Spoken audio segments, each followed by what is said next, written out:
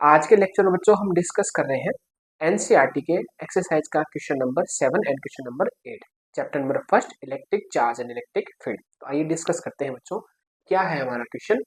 Question number 7 है ए और B, इसके दो पार्ट है।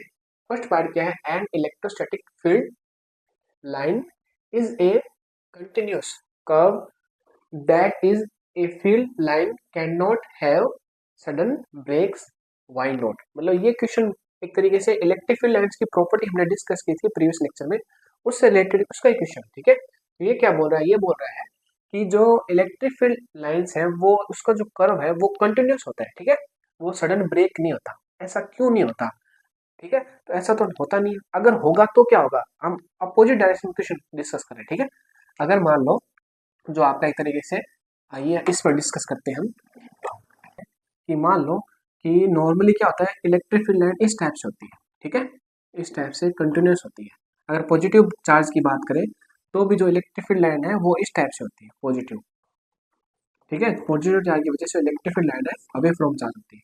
अगर हम कंसिडर कर रहे हैं कि मान लो यहाँ पे मान लो इलेक्ट्रिक फील्ड लाइन ब्रेक हो गई, यहाँ पे इलेक्ट्रिक फील्ड लाइन ब्रेक हो गई, और यहाँ पे अगर ब्रेक हो गई, यहाँ पे ब्रेक हो गई, तो होगा क्या कि यहाँ से यहाँ तक तो चार्ज पर इलेक्ट्रिक फील्ड लगेगा, लेकिन इस बीच वाले पार्ट पर इलेक्ट्रिक फील्ड नहीं लगेगा। इलेक्ट्रिक फील्ड यहाँ पे क्या होगा, जीरो होगा।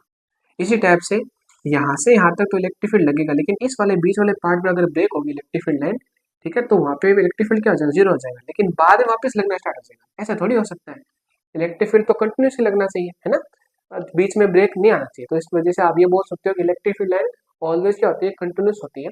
अगर कहीं ब्रेक होगी तो उस पॉइंट पर अगर आप टेस्ट चार्ज रखोगे तो उस पर इलेक्ट्रिक फील्ड की वैल्यू क्या आएगी, जीरो आएगी, जो पॉसिबल नहीं है।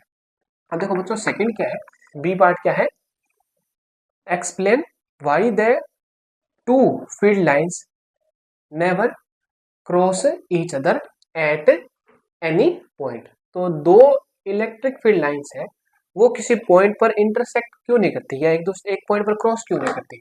तो देखिए कि जो क्वेश्चन है वो क्या बोल रहा है, वो ये बोल रहा है कि जो दो इलेक्ट्रिक फील्ड लाइंस है किसी पॉइंट पर क्रॉस क्यों नहीं करती, ठीक है, या फिर आप बोलो किसी पॉइंट पर इंटरसेक्ट क्यों नहीं करती। अगर मान लो अगर ये इंटरसेक्ट करेगी, ये मान लो पी पॉइंट है, तो इस पी पॉइंट पर इलेक्ट्रिक फील्ड की दो डायरेक्शन हो जाएगी, ठीक है, अलोंग द टेंजेंट।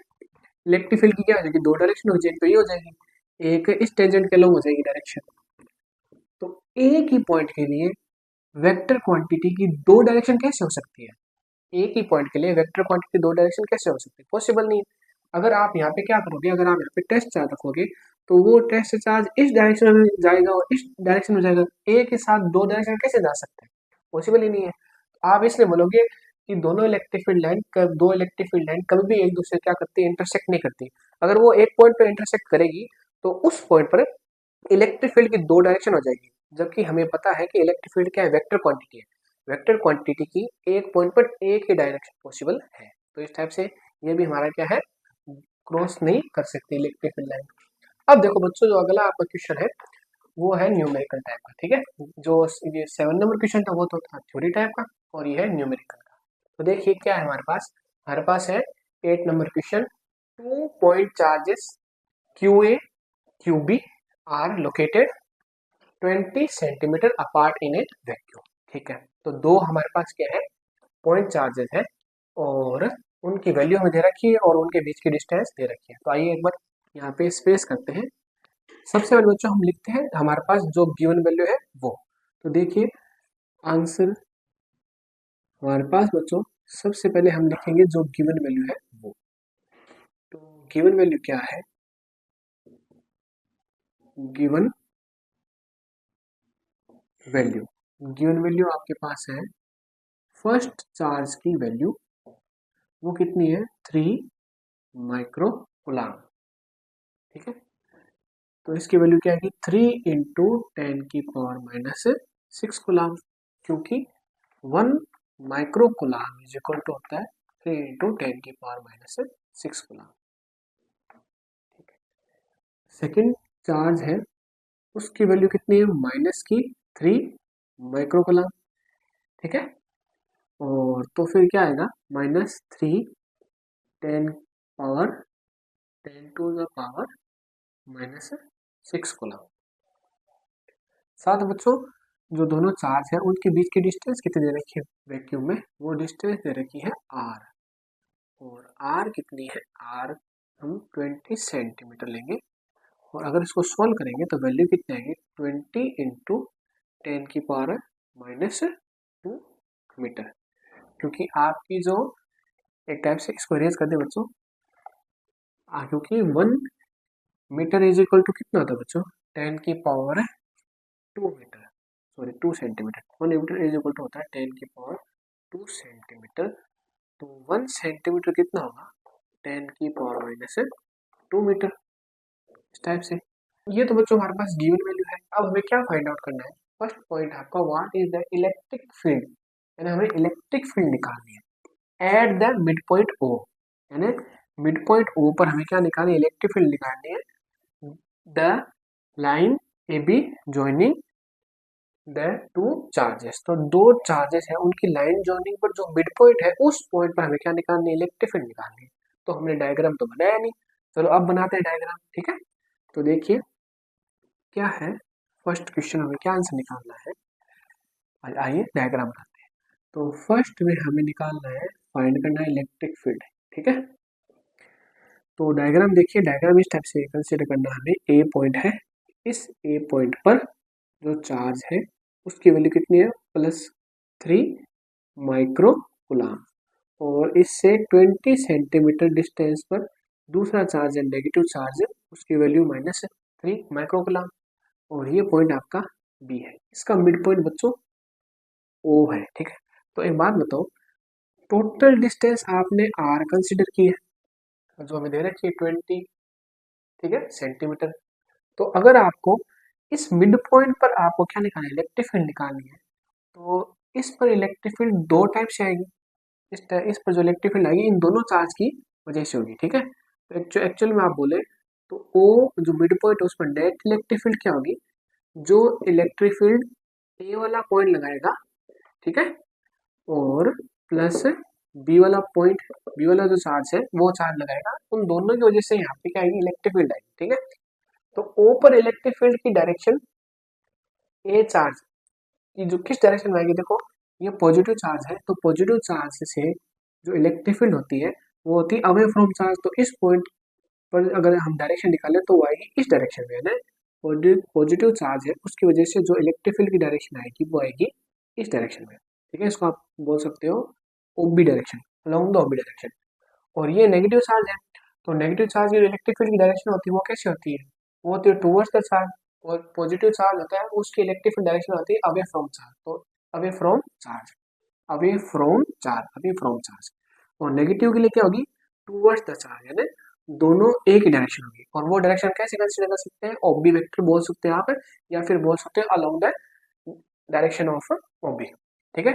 और दोनों चार्ज इस ओ पॉइंट पर इलेक्ट्रिक फील्ड लगाएंगे, उसको हम दोनों को वेक्टर सम करना पड़ेगा, प्रिंसिपल ऑफ सुपरपोजिशन की हेल्प लेनी पड़ेगी, ठीक है। तो एक बात बताओ, ये डिस्टेंस देखो, ये एक पॉइंट चार्ज है, ये एक पॉइंट चार्ज है, तो इस पॉइंट चार्ज से इतने डिस्टेंस क्या कंसिडर करें, हम कर लेते हैं आर डैश, इसी टाइप से ये यहाँ से यहाँ तक डिस्टेंस कितनी है, इक्वल होगी, आर डैश होगी। तो एक्चुअली हमें क्या निकालना है, हमें आर डैश की वैल्यू निकालनी है, ठीक है। तो आर डैश की वैल्यू क्यों निकालनी है वो भी देखते हैं, चलो।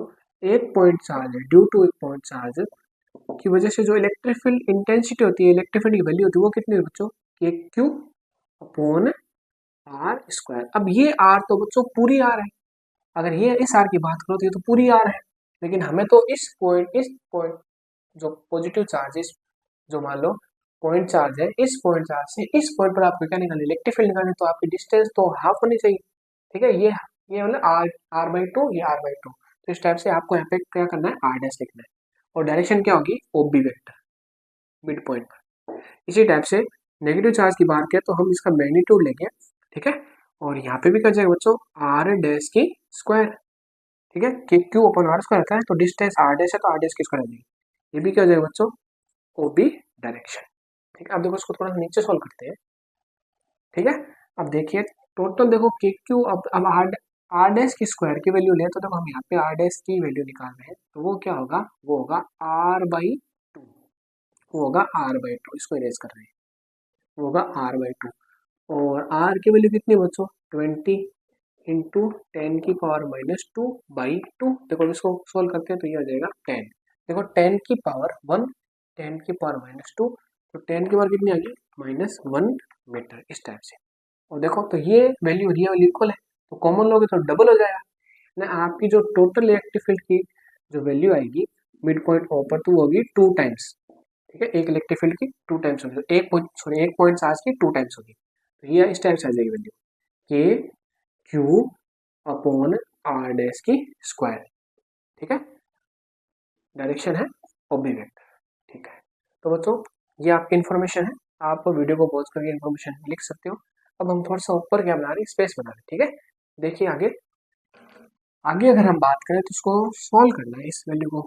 ठीक है, तो देखिए ये है आपकी ई नोट 2 इंटू के की वैल्यू कितनी है 9 × 10⁻9 इंटू बच्चों क्यू की वैल्यू कितनी है, क्यू की वैल्यू है 3 × 10⁻6। ठीक है, और आर डैश की वैल्यू बच्चों आपने निकाली है यहाँ पे, देखो 10⁻1, इसकी स्क्वायर, इसकी स्क्वायर का मतलब 10⁻²।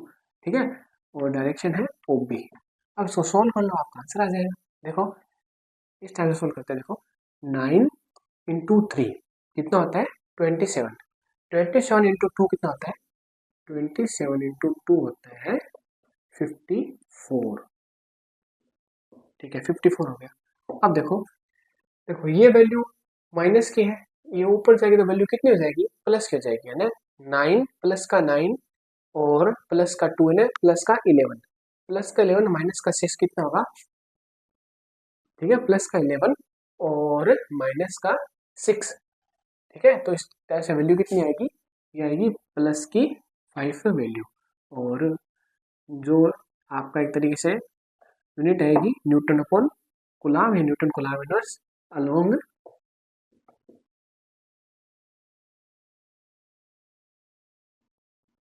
Along A B vector. ठीक है, ए बी वेक्टर डायरेक्शन में आ गया। ठीक है, अब देखिए इसको हम थोड़ा सा और इजीली सोल्व कर सकते हैं बच्चों। कैसे लिख सकते हैं इस वैल्यू को, इस वैल्यू को हम ऐसे भी लिख सकते हैं। अब आप क्या करो, आप 10 से डिवाइड कर दो, 10 से क्या कर दो मल्टीप्लाई कर दो। ठीक है, तो ये हो गया 10⁻5 और 10⁻1, 10 की पावर क्या होगी 6 होगी, 10⁻6 होगी। और इसको जब हम क्या करेंगे 10 से डिवाइड करेंगे तो वैल्यू कितनी होगी 5.4 into 10⁻6 newton coulomb inverse O B vector. अब तो इसको आप क्या लिख सकते हो, इसको आप ऐसे लिख सकते हो मेगा। ठीक है, 10⁻6 को क्या बोलते हैं मेगा बोलते हैं, तो इस टाइप से आप बोल सकते हो मेगा न्यूटन कूलाम इनवर्स। तो ये मिड पॉइंट ओ पर वैल्यू आ गई। ठीक है, मिड पॉइंट ओ पर इलेक्ट्रिक फील्ड डायरेक्शन वैल्यू क्या है इस डायरेक्शन में। अब बच्चों सेकंड क्वेश्चन क्या है, सेकंड क्वेश्चन है if the negative test charge of magnitude 1.5 into 10 की पावर है -9 coulomb is placed at this point, यानी इस पॉइंट पर अगर आप क्या करो नेगेटिव चार्ज रख दो। ठीक है, आगे क्या निकालना है आपको, what is that force experienced by the test charge. अगर आप इस चार्ज की वैल्यू का कोई नेगेटिव चार्ज यहाँ पे मिड पॉइंट पर रखोगे तो इस पॉइंट पर फोर्स की वैल्यू कितनी होगी, इस पॉइंट पर फोर्स की वैल्यू कितनी होगी वो निकालनी। ठीक है, तो वो भी दो, ये इस पर फोर्स लगाएगा, ये इस पर फोर्स लगाएगा, उसी टाइप से वैल्यू आ जाएगी। तो बाकी चीज हम इरेज कर रहे हैं। ठीक है, अब देखते हैं आगे। अब जो सेकंड पार्ट की बात करें तो हमें निकालना है फोर्स मिड पॉइंट ओ पर। ठीक है, तो आप क्या बोलोगे मिड पॉइंट ओ पर फोर्स क्या होगा, ए चार्ज जितना फोर्स लगाएगा। और अब देखो ये अगर मान लो आपका नेगेटिव चार्ज है, ठीक है, यहाँ पे आपने नेगेटिव चार्ज लिया है 1.5 इंटू 10⁻⁻ कितनी है -9 गुना। ठीक है, अब देखो डायरेक्शन शायद चेंज हो सकती है।